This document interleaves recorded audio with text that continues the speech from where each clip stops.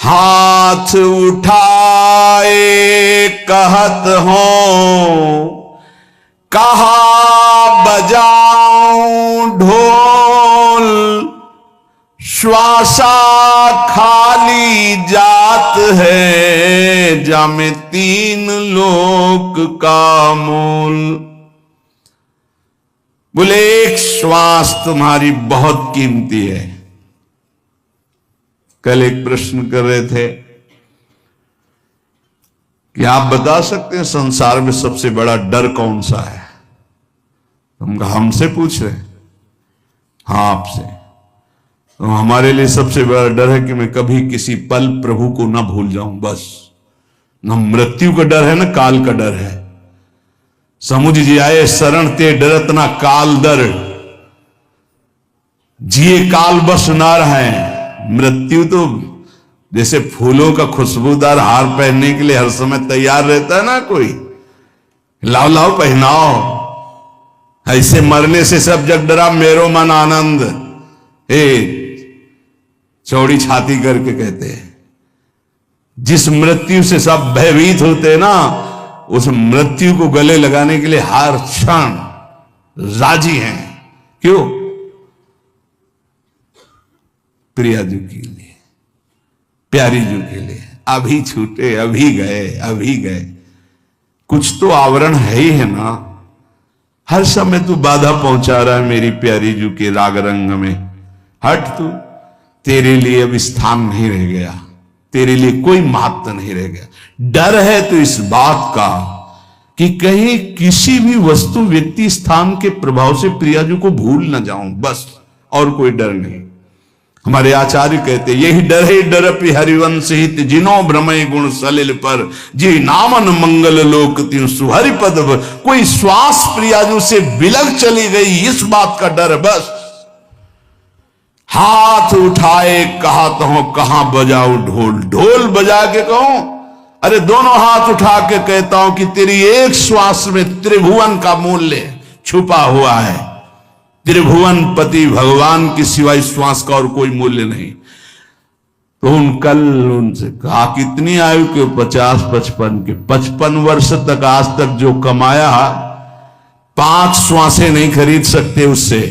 आखिरी श्वास और कह दो 55 वर्ष की कमाई दी, एक बार ऐसे कर लेने दो तो नहीं होने दो। आखिरी श्वास खत्म। उस श्वासों को जो तुमने सांसारिक संपत्ति एकत्रित करने में कमाई पूरी की पूरी लगा दो तो एक श्वास नहीं खरीद सकते। ऐसी कितनी श्वासें तुमने बर्बाद कर दी व्यर्थ में। तो कह रहे ये श्वास बहुत कीमती है। नारायण स्वामी कह रहे हैं हर समय राधा राधा राधा, तो श्वास सार्थक। कपट गांठ मन में नहीं, सब सो सरल स्वभाव, नारायणता भगत की लगी किनारे नाव। किसी से कोई कपट नहीं, कोई द्वेष भाव नहीं, सबके चरणों में प्रणाम, सरल स्वभाव। और राधा राधा राधा बोले संसार समुद्र से उसकी नैया किनारे लग गई। अब गंभीर बात, जो महाभागवत हैं, ये ऊंचाई की बात करें, वो अपने स्वरूप में स्थित रहते हैं। जो साधारण भक्त हैं वो रूप में स्थित रहते हैं अपने शरीर। जो महाभागवत जन हैं वो स्वरूप में रहते हैं। स्वरूप जैसे किसी का दास स्वरूप, किसी का सखा स्वरूप, किसी का गोपी स्वरूप, किसी का सहचरी स्वरूप, कोई अपने ब्रह्म स्वरूप में स्थित रहते हैं। हर समय दिन में कितनी बार आपको याद आता है कि आप श्री जी की सहचरी हो? सच्चाई से देखो। बस वही स्त्री शरीर का चिंतन, पुरुष शरीर का चिंतन, अपने इसी को पुरुष मानना, स्त्री मानना, ये देखो सत्संग है। शुरुआत कई बार हमने कहा इसी बात से करो ना। ये तो ऊपरी पोशाक है, स्त्री पुरुष की ये पोशाक है, इसीलिए कहा गया बनिता पुरुष भाव मिट जाए सेवे ललितादि के भाई। आप न स्त्री न पुरुष हैं, इस जन्म में ऐसे कर्म ऐसे भगवत कृपा हुई कि स्त्री बन गए, पुरुष शरीर मिल गया। अगला जन्म हो सकता है कि कीट पतंगा न जाने कौन सी योनि का मिले, तो आपकी पोशाक बदल सकती, पहनने वाला वही रहता है। यहां पहनने वाले की बात हो रही, ना तुम स्त्री हो ना पुरुष हो, तुम श्री जी की नित्य दासी हो। ऐसा चिंतन करो इस उपासना में। कई बार चिंतन करते हैं आपकी मैं श्री जी की दासी हूं, मैं श्री जी की सहचरी हूं, हमारी प्रियाजू प्रिय सखी हैं। कई बार चिंतन करो, ईमानदारी से बताओ, देखो अंदर देखो, सब ईमानदारी से। दिन भर विचरण करते रहते हो बाहर, कभी अंदर बैठे गुफा में श्रृंगार कर रहे हैं श्री जी का, अंदर से सोच रहे हैं मैं श्री जी की सखी हूं। सोच रहे हैं इसलिए कह रहे हैं कि अभी आपका स्वरूप जागृत नहीं हुआ। जब स्वरूप जागृत होता है तो जैसे आपको सोचना नहीं पड़ता मैं पुरुष हूं, ऐसे सोचना नहीं पड़ता मैं सहचरी हूं, हर समय उसी में स्थित रहता है। महाभागवत वो है जो हर समय अपने स्वरूप में स्थित रहता है। तो चलो स्थित स्वरूप में नहीं पर स्वरूप का बोध तो होना चाहिए। मैं कौन हूं? मैं स्थूल नहीं हूं, सूक्ष्म नहीं हूं, कारण नहीं हूं, मैं श्री जी की सहचरी हूं, प्रिया जो हमारी प्रिय सखी है। दूसरा, अपने इष्ट के स्वरूप का बोध, मेरे प्रिया प्रीतम, मेरे श्यामा श्याम, इसके सिवा अन्य कहीं कोई आश्रय, अन्य कोई सपोर्ट, अन्य कोई बल, कोई आशा बिल्कुल नहीं। ये महाभागवतों के लक्षण है, साधारण भक्त की बात नहीं कह रहे। पहला है अपने स्वरूप का बोध, मैं प्रियाजू की प्रिय सखी। दूसरा है अपने आराध्य देव के स्वरूप का बोध, रसोया परमानंद एक युद्धा सदा, श्री राधा कृष्ण रूपाभ्याम तस्यै तस्मै नमो नमः। एक ही परब्रह्म रस तत्व दो रूपों में खेल रहा है, प्रिया और प्रीतम के रूप में। हमारे आराध्य देव प्रिया प्रीतम, इसके सिवा कहीं कोई हमारा आश्रय नहीं, बल नहीं, आशा नहीं, और सही पूछो तो श्रद्धा नहीं। सही पूछो तो श्रद्धा नहीं। अंदर की बात क्यों जानते नहीं हो, सर्वत्र व्याप्त आराध्य देव है, इनको जानते हो, मानते भी हैं, पर वो अंदर की जो बात है, जैसे परिक्रमा मार्ग में बैठे सब जा रहे हैं तो सब पे श्रद्धा है क्या, लेकिन पहचान के बोले राधे राधे हुई ना, इसे कहते हैं अपनापन। बस ये मान लो पूरा संसार हमारे लिए कैसा, परिक्रमा मार्ग में बैठे खूब भीड़ जा रही है, भगत है सब दर्शन, लेकिन उसमें कोई जब अपना प्रियजन का राधे श्याम, ऐसे पूरे त्रिभुवन में भक्त भगवान जगत जड़ चैतन्य सब में वही दृष्टि है जैसे परिक्रमा मार्ग में सब पे दृष्टि।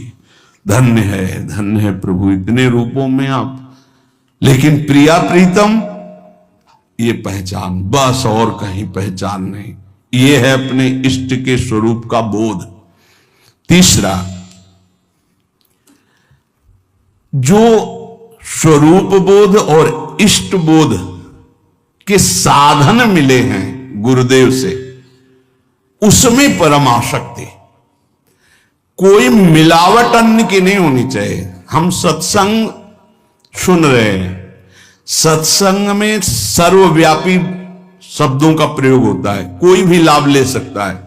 अपने को इतना चतुर रहना है कि अपने को क्या चाहिए इसमें जो बोला जा रहा है, अपने मार्गों को क्या चाहिए, तो हमारे गुरुदेव के साधन से जो मिलती हुई बात है वो हम पकड़ेंगे और नमस्कार सुनेंगे, आनंदित होंगे, पकड़ेंगे नहीं। पकड़ेंगे वो जो हमारे गुरुदेव के मुख से निकले हुए साधन में जो सहयोगी है।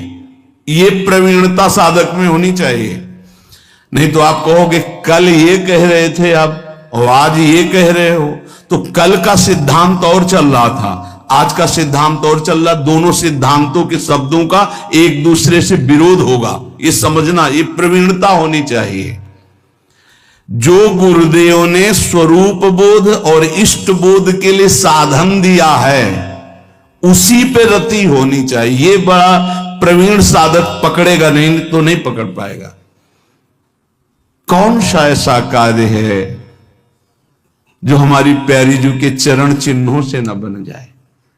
अभी कैसे समझोगे, कैसे समझोगे? फिर यही तुम्हें कहना पड़ता है। अभी राधा प्रताप को देखा कहां है आपने? राधा चरण प्रताप को कहां देखा है?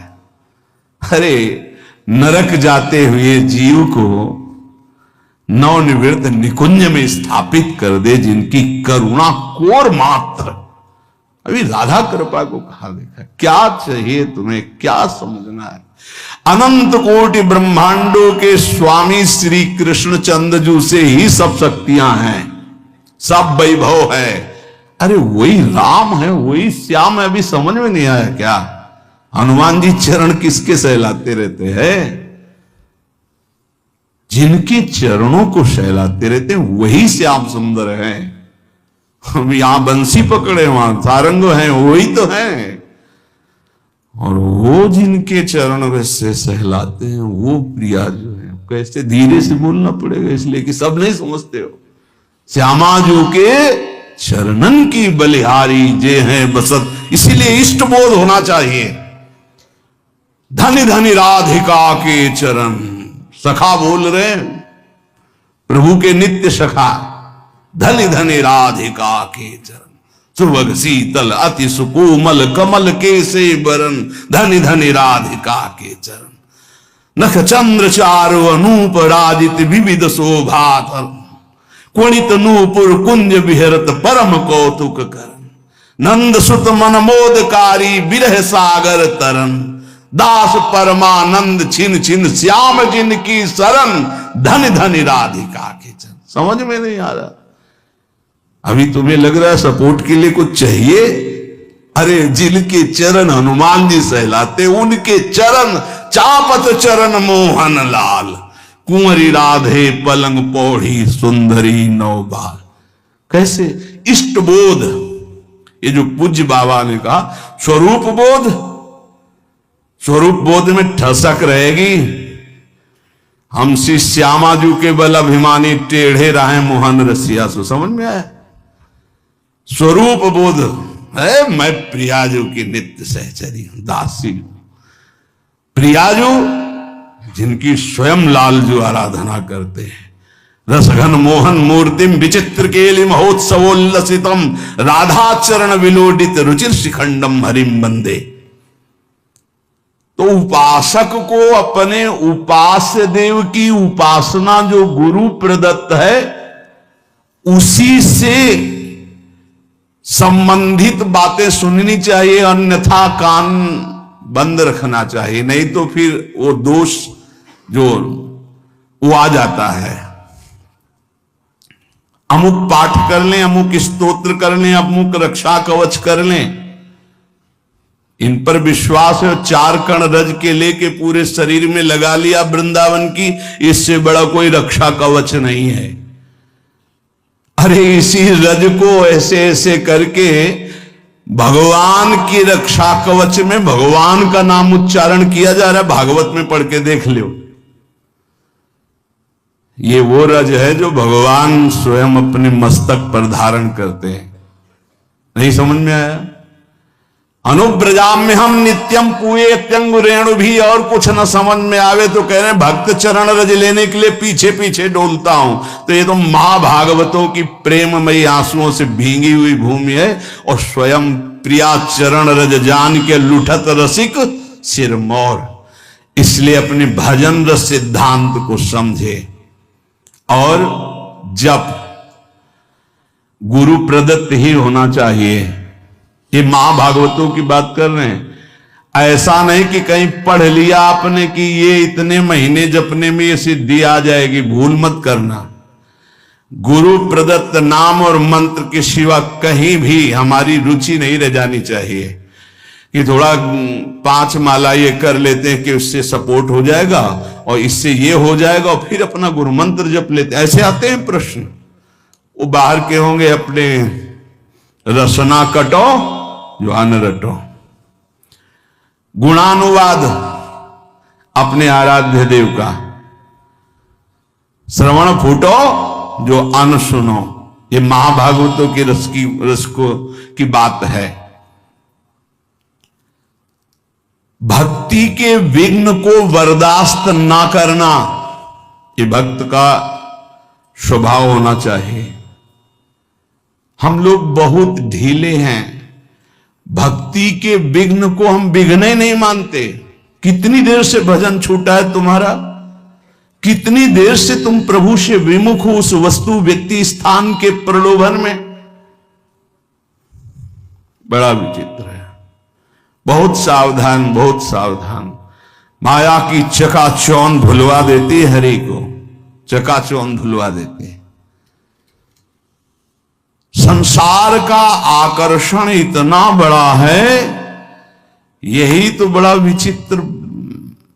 और भूले तो भूले तुम जिन भूलो मालाधारी, स्वामी हरदास जी कहते। अरे और तो भूले ही है, तुम क्यों भूलते हो? तुमने तो उनका माला पहन लिया, कंठी पहन ली। उनसे बड़ा कोई है? उनसे बड़ा कोई है? अपने स्वामी से बड़ा कोई नहीं। चर्चा किसकी हम करेंगे? गुणानुवाद किसका करेंगे? अपने प्रभु का। बता रहे विश्व ब्रह्मांड में जितना धन है कुबेर के कोने में, कुबेर के पास जितना खजाना है लक्ष्मी जी के एक चरण चिन्ह के कोने में है। वो लक्ष्मी जी जिनके चरण सहलाती रहती हैं वो हरि हैं, और वो हरि जिनके चरणों में महावर रखते हो हमारी प्रिया जो है। इसके आगे बोलो। पूर्णता प्रेम की, क्योंकि प्रियाजू कौन है? पूर्ण प्रेम, शांद्रानंद घन प्रेम मूर्ति किशोरी। अब हम चर्चा किसकी करेंगे? नीचे करेंगे किसी की? अरे सुरपति नरपति लोकपति जिनके भाव है घास। समझे में नहीं आ रहा, समझे में नहीं आ रहा। बहुत विचित्र है, बहुत विचित्र, अति विचित्र भगवंत गति। हाथ सामने अनंत ब्रह्मांडों के स्वामी की महिमा, और एक तरफ माया की महिमा। स्वामी को धक्का लगा के बाहर, माया को अंदर। ऐसा प्रभाव माया का है, बड़ा विचित्र। जिस समय सोने की थाल और कटोरी सब लगा के लक्ष्मी जी बूढ़ी के रूप में ना भगत से प्रसाद पाया, बोले ये जूठे पात्र हम दोबारा नहीं रखते। अरे मैया तू तो रुक, अब यहां नारायण बैठे थे। बोले जा ये रहते हैं ना साधु बाबा सन्यासी जन, हम वहां टिकते नहीं ज्यादा दिन, तो इसलिए। बोले स्वामी जी झोला उठाओ आप अपना चलो। बोले नहीं बेटा हमारी तो इच्छा थी आज रात्रि ना माता जी रहेंगी। पिताजी को भगा दिया। जो पिताजी गए माता जी अंतर्ध्यान हो गई, क्योंकि नारायण की भी लौट टिक नहीं सकती। ये खेल है, समझ लो। अच्छे अच्छे नारायण को छोड़ दें, ऐसा है माया का प्रभाव। भक्त भक्ति के विघ्न को बर्दाश्त न करे, चाहे कोई वस्तु हो, व्यक्ति हो, स्थान, कुछ भी हो। जो मेरे प्रभु का विस्मरण करा रहा, बर्दाश्त नहीं होना चाहिए। लेकिन आप खूब बर्दाश्त कर लेते, चैन से बर्दाश्त कर लेते। नहीं, देख लो अपने लोग कितने प्रमादी हैं कि इस बात से हमें दुख नहीं होता। तद्विस्मरण परम व्याकुलते, आराध्य देव का विस्मरण हो रहा है, मुझे चैन है। बहुत विचित्र बात है। सत्संग छूट गया, तुम्हें बेचैनी नहीं हुई? तुम्हारी दिनचर्या टूट गई, तुम्हें बेचैनी नहीं हुई? तुम्हारा नाम छूट गया, तुम्हें बेचैनी नहीं हुई? नहीं, किसी भी स्थिति में नहीं। विचार करो, पूज्य राधा बाबा के चरित्र में जरा अंदर गांठों से गठिया बात इतना बढ़ा हुआ था कि बाबा एक कदम नहीं चल सकते थे। और गंगा जी की रेती में सत्संग हो रहा था, तो पूज्य बाबा को कौन सा ज्ञान नहीं, आप हमें बताओ। वो प्रार्थना कर रहे थे जो उनकी सेवा में थे कि मुझे वहां तक पहुंचा दो। बोले अब थक गया हूं, मेरी सामर्थ्य नहीं। बोले पहुंचा दीजिए। बोले चले जाओ ना। बड़ी चूक हो जाती है, जानते हो।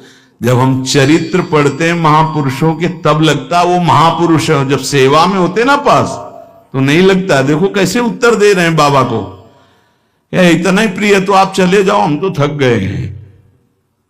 प्रसंग है, पढ़ के देख लेना कि बाबा ने एक बांस उठाया और कहा, क्या तुम जानते हो श्री कृष्ण हमें वहां तक नहीं पहुंचाएंगे? पहुंचाएंगे। और कड़िलते हुए बांस के सहारे से इतनी दूर तक पहुंचे जहां से सत्संग सुनाई दे रहा था। क्या सत्संग में बाबा को जानना है? सर्वज्ञ महापुरुष हैं, पर है कोई सत्संग की महिमा?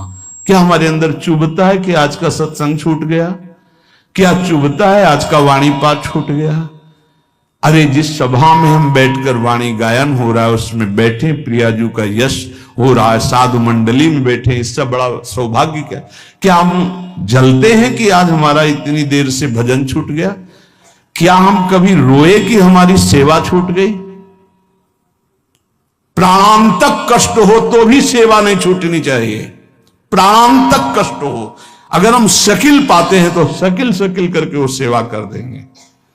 हमारे गुरुदेव की, इष्ट देव की सेवा, ये केवल प्रवचन ही नहीं, गुरु प्रताप से कह रहा हूं, भक्त को भक्ति के विघ्नों को बर्दाश्त नहीं करना चाहिए। बता देना कि हम आज उठने लायक भी नहीं, पर ये सेवा पहुंचा दो, इस सेवा पहुंच जानी चाहिए, मेरी सेवा नहीं टूटनी चाहिए। ना सेवा में प्रीति होगी, ना नाम छूटने में तुम्हें जलन होगी, ना तुम्हारी पाठ में प्रीति होगी, ना तुम्हारे इष्ट देव के अपनेपन में स्थिति होगी, तो होगा क्या? भक्ति के विघ्न को आप क्यों बर्दाश्त कर लेते हैं? ये आप देख लीजिए।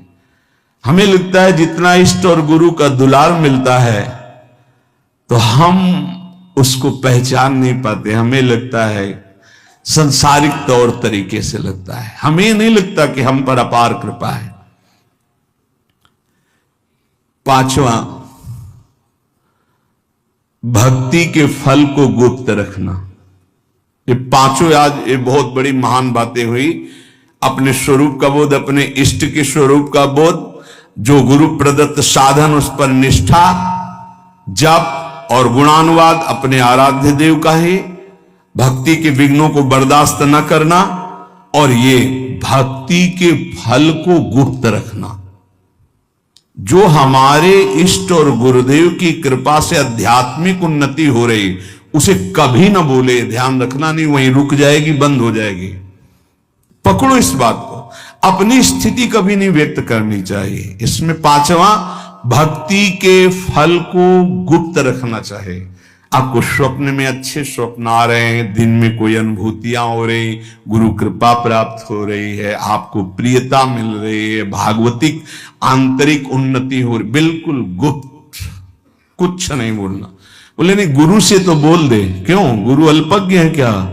तुम बाजार से लाए स्थिति, गुरु ने दी है, उनको बताने की जरूरत क्या है?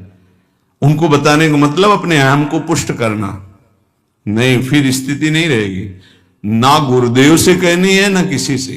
गुरुदेव से क्यों नहीं? उन्होंने ही दिया भाई, उनसे क्या कहना है? उन्हीं की तो प्रदत्त वस्तु है, गुप्त शांत। एक दृष्टि में सब कुछ पता चल जाता है गुरुदेव को कि आप कहां हो, आपकी स्थिति क्या है, आपको बताने की जरूरत नहीं। ये पांचवी बात बहुत समझी जाए, अपने भक्ति के फल को कभी प्रकाशित न।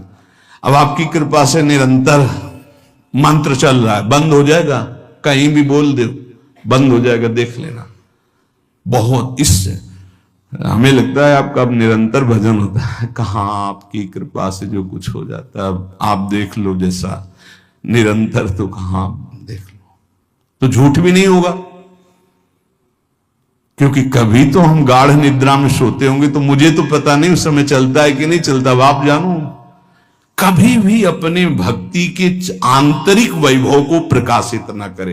पहला है अपने स्वरूप का निरंतर चिंतन रखो कि हम प्रियाजू की प्रिय सखी हैं। दूसरा, अपने आराध्य देव के स्वरूप का कि महामहिम इन्हीं के सब कुछ अधीन है, हमें किसी और के सपोर्ट की जरूरत नहीं है, और की आराधना की जरूरत नहीं। तीसरा, जो गुरु प्रदत्त साधन है उसी में हमारी रुचि होनी चाहिए, उसी नाम में, उसी मंत्र में, और उन्हीं के गुणानुवाद में।